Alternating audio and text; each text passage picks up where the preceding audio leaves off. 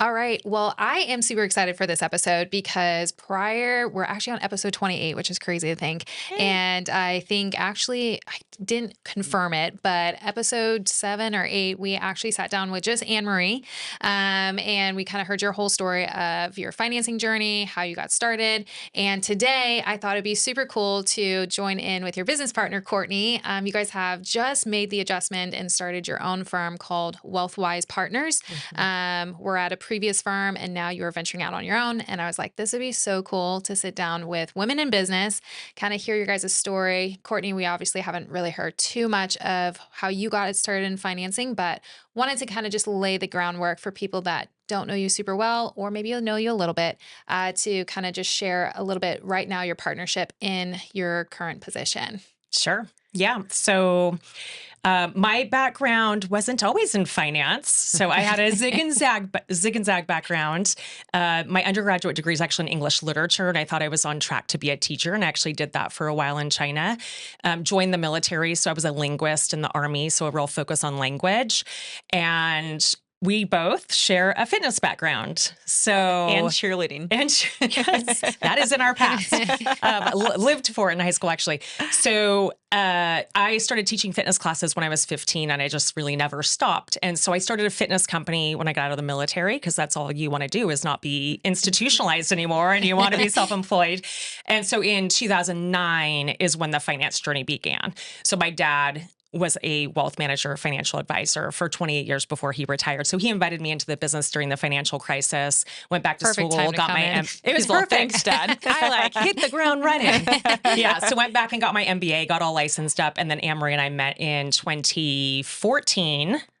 I joined in 2013, but we really didn't connect until 2014. So it's been over 10 years. Yeah. Yep. Through cheerleading? No, I'm just kidding. There's no shame in Fitness a and cheering finance, game. the two F's. So financing kind of brought you guys together. Was that you guys were working at the same company, or you just, started that journey together? Yeah, we were working at the same firm, and Courtney had taken over for her dad, who retired the same year I joined, and just needed some additional help. I had been in the business about 7.5 years, but had moved from Eureka. And so we just found a lot of synergy with our backgrounds, and we had a lot of fun together. We had a similar style with clients, and we started working together more and then formalized our partnership later. That's so fun.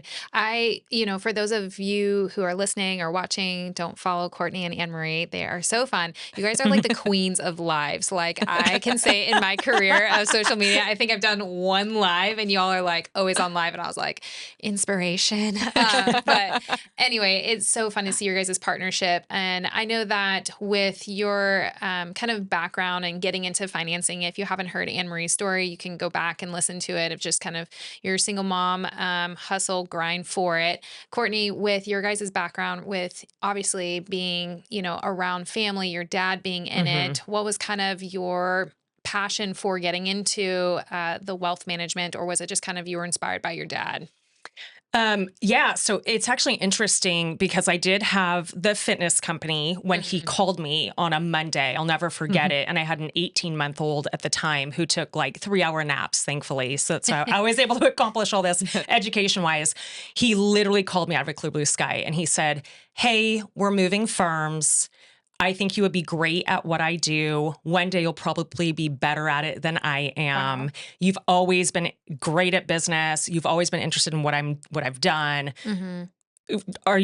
We are down one assistant, basically. Yeah. So 2 of our 3 assistants are coming. I'd mentor you for 5 years. You could take over. Are you interested?" Wow. It was a very short call.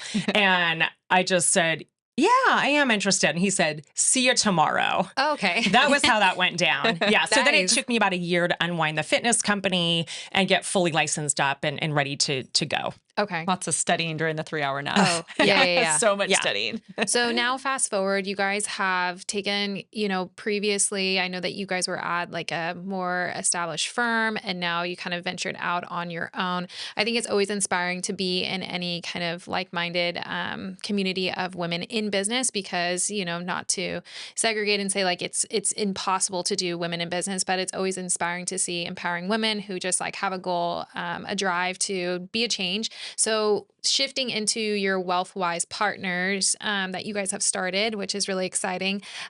Give us a little bit of framework of who your clientele is, who do you serve, and then maybe just like your heart behind like being women in business and kind of, being leaders, especially in Redding, California. Yeah, we have several areas that we really feel that we work best with. Complex retirement income planning and especially family planning. We love just helping with the dynamics of what comes along with wealth creation and then passing it on to the next generation and Mhm. assisting with that. And then we also work with small businesses because we feel like entrepreneurs are the heart of our country and Mhm. what's going to keep our country great and make it even better. So that's been really enjoyable. And then what was the second part of it? Sorry. It's okay. It's a quiz. No. So basically, taking that and moving that clientele, being women in business, how Mm. does that kind of layer into what you guys have just recently started and like your passion behind that? Yeah. I mean, it is definitely a male dominated field that we're in. Mhm. And that is shifting. And we are so excited about that because we feel like as moms, it's one of the best careers. We do have more flexibility. If we have to come in on the weekend, come in early, we can. But then if we need to leave early, like today is my son's birthday, that can be arranged. And so I feel like it's a great field. Women are wonderful listeners. We've heard Mhm. that from our clients. We try to keep things really simple. One of our mottos is that boring is better. Mhm. So not getting into big charts and graphs and a lot of explanations, but simply telling stories and then hearing their story. And that's Mhm. been really fun when we are working with folks. Yeah, exactly. And I think we're so thankful to be in this position. It's a huge responsibility Mhm. managing people's money, something Yeah. as personal as that, and how it branches off to really every aspect of their family's lives. So if they're business owners, they want to exit their business, they want to grow their business, whatever it is, you can't tackle that without talking about the family, Yeah. Hmm. their needs, their wants, where they're going, their lifestyle. It hits on so many planes. So we're very thankful to just honestly, when you think about women in business, it's like this is literally the best time to be alive as a Mhm. woman living in this country Mhm. at this time in history. And we get to do this. It's really awesome. Yeah. And it's a fun dynamic too between her and I because sometimes it's a little unusual to have two women who are type A, high driving, high powered, Mhm.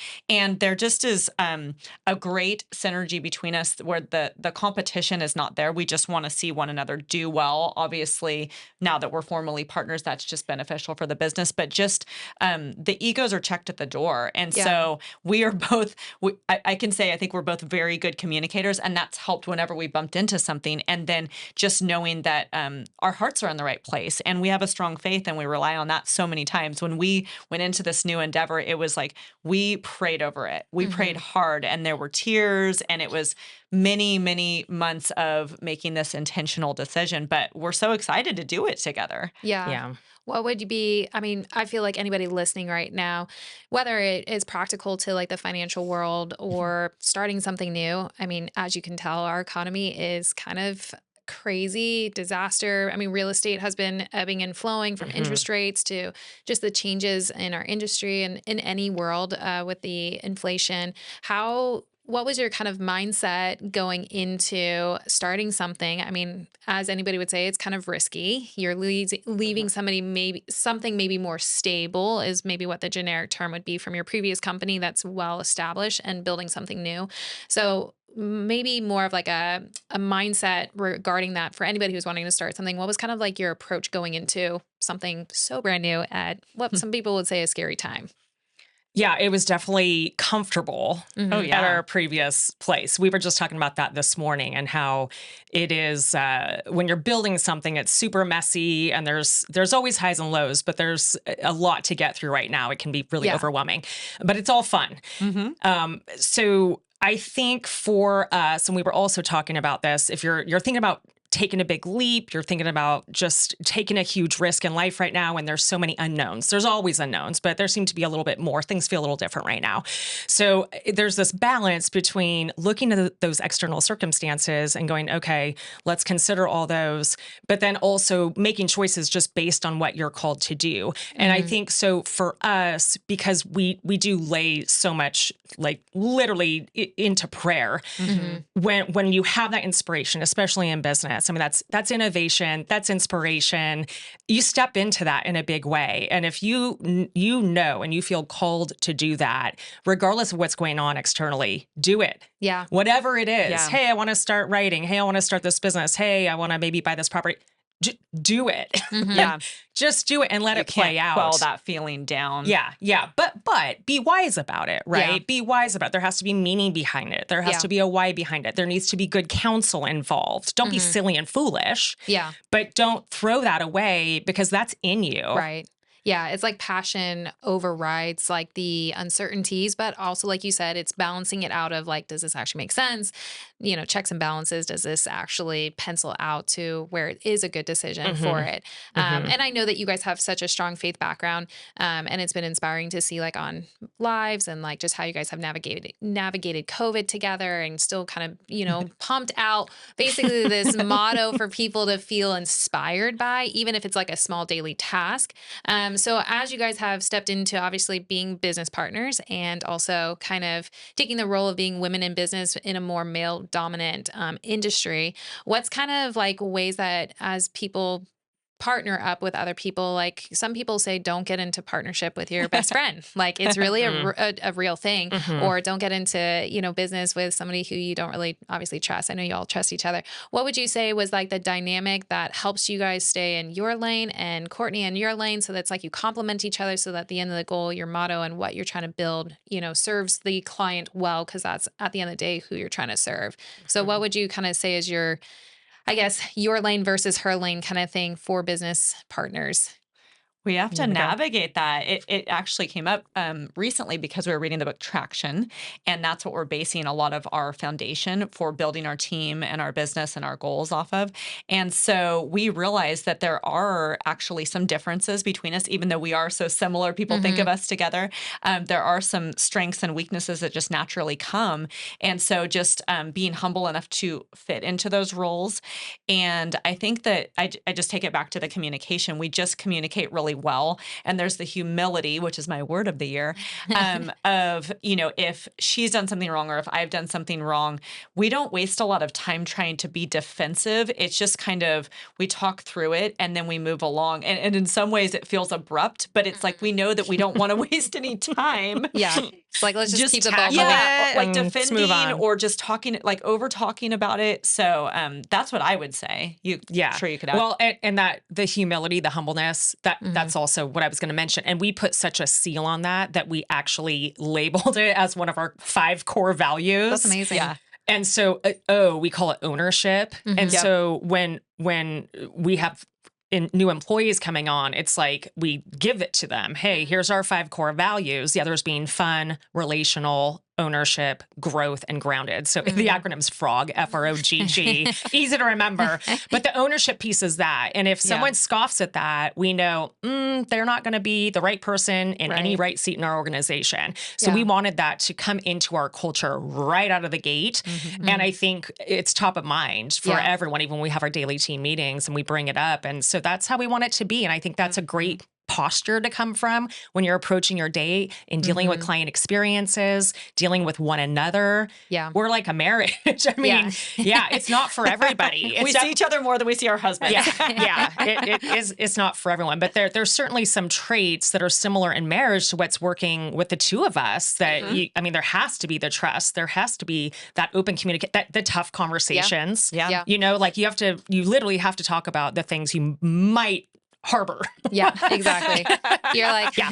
we're gonna lay out the laundry. Yeah. That's right. Yeah. So from moving into business partnership and obviously kind of having your core value and what you guys have accomplished for the financial side, which is obviously where you're passionate about and kind of leading people into legacy and working that dynamic. What do you see is the most like if somebody's listening, wanting to kind of make an investment, let's just say into kind of setting up themselves for success. I mean, where do you start with that person? And then I guess somebody else can answer. If you're on the legacy side, like you're getting close to retiring, what do you see as the most common issue that people haven't thought about leading up to like that retirement legacy? Mm-hmm. I think that having a plan in place when people are Yeah. first starting out, and that's a big part of it. We are wealth managers, but also financial planners, and we love that because we get to hear what's important to people, what those goals are, because we have our own goals and we want to hear what theirs are, and then helping them build towards that. And then I would say regarding someone that's getting close to retirement, the biggest question we hear is, how much do I need at retirement Yeah. and will I have enough? I don't want to outlive my money. So what we can help them do is figure out what their ideal retirement looks like and then we put the numbers to it. But that's honestly the part that we get so excited about because it's fun to hear, hey, I would love to travel. We want to plan a trip every single year and take our family and that's going to be $30,000. Okay, well let's figure out how that's going to all come together to make your retirement dreams really live up to what you want it to be. Yeah, and business owners, we see so many people in our area, especially, but this is a trend throughout the country. They rather than wanting to build value in their company so they can sell to an interested buyer at the highest amount and, skate off into retirement or build their next business, whatever their desire is, they just don't plan. They're so busy just running the business that by the time they actually walk away, they're so tired, they're 70 years old, there's hardly any value to the business. And it's like there are interested buyers chomping at the bit to take over your company, especially here in our county. We have so many companies. It's infrastructure type companies. It's, the machines, it's the equipment, it's the sign companies, it's the excavating companies. And there's ripe opportunity right there for an interested buyer to come in. So that's a huge one. And I don't think that they understand that there's a way to holistically pave that path in a way that's feeling good for everybody, the organization, their family, themselves, their own identity. It's like people are too married to their company that if they were to retire, it's like the company's dead without them versus Right. like And oftentimes it future, is. without future pacing, like, hey, how do I actually carry out the legacy? And I step back from production. Well, I mean, I talk to myself about it like production mode versus leadership mode of like, how do you try to when do you make the switch? And, being around so many people in my industry, it's very interesting watching the perspective change of like when somebody goes, I'm out of production and I'm in leadership mode. It's like, how do you, it's a natural cascade because, some people just don't want to sell real estate for the rest of their life, actually like selling, listing, all that. They want to be more in the leadership role. So if somebody was to listen and let's just say they haven't managed their money well throughout their whole life, I feel like we experience this a lot. Most people have to either sell their house so they can or some people will have to sell their house in order to get the asset they've built to almost start that retirement, or it's I've just have lived paycheck to paycheck. This has been the struggle of my life. I want to set myself up for future, planning. I think of some family members we know that I'm just like, man, like, are we going to be responsible? Like, there's just different things that you think about. And again, life isn't fair and it's hard on a lot of people. Where would you say most people make the mistake, or what's the pivoting point that you sit down with people and you say, hey, okay, based on maybe you didn't make some great choices, or let's just say life was hard and this is all you have. What is like that initial step that people can kind of make that feels like a little bit of a breath of fresh air for financial planning for the retirement and future? Yeah, I mean, a lot of times people feel like it's just fruitless to start, like they're too far along and too much time has gone by. But I would say that that's a mistake. People should just start from where they're at and seeing maybe where in the budget they could put some money away. If they're part of a company that offers a retirement plan with a match, they can definitely start there. They can meet with a financial planner and get on track. And there's some great tools that are just for free online without even having to pay people like us. Like mint.com is great, getting your budget going, figuring out where everything, if there's extra being spent every month, where that's going. But I would say the biggest mistake we see is just that people are hesitant to start because they think they are too far behind. Yeah, they don't confront those things. Yeah. That's so true. And we get the question a lot. And sometimes it's the same as, new investors as it is with people who haven't invested. They're late investors, relatively speaking. But we get clients asking, well, how do my kids become successful investors? And the kids are now 18, 19, 20 years old. And it's really no different than the people that are in their 50s and 60s and 70s. You do the steps. I mean, it's very boring, but there's process to it. So if you're 18, 19, you're starting with, hey, do you have any debt? Let's start there. That's how you become a successful investor. You get rid of all your credit card debt or whatever it is. Hey, how much do you have in savings? Do you have 3 to 6 months worth of savings? No? Okay. Well, there's 2 priorities for you. Now you're on track to becoming a successful investor, right? So at every point along the lifeline, really, there is a priority or 2 to focus in on and continue working through the process of becoming wealthy. And compounding is a real thing. You do your part, but then you invest well. Property, stocks, bonds, whatever it is, they do their heavy lifting, and that's the bulk of it. It's your behavior that counts. And at any one of those positions on that lifeline, but then you choose the right investments.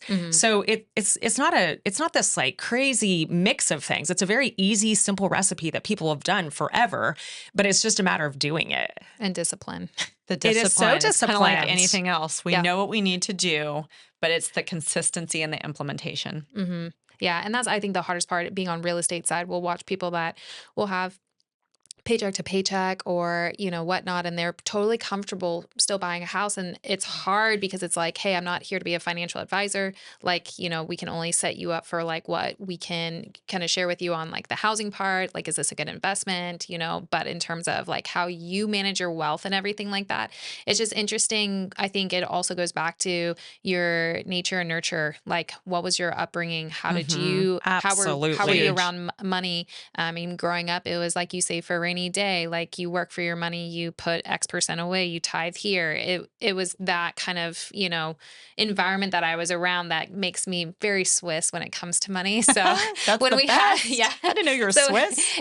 So when we have a business decision, Dylan's like, oh God, it's going to be like 3 months before this decision's made. But it's good. We balance each other.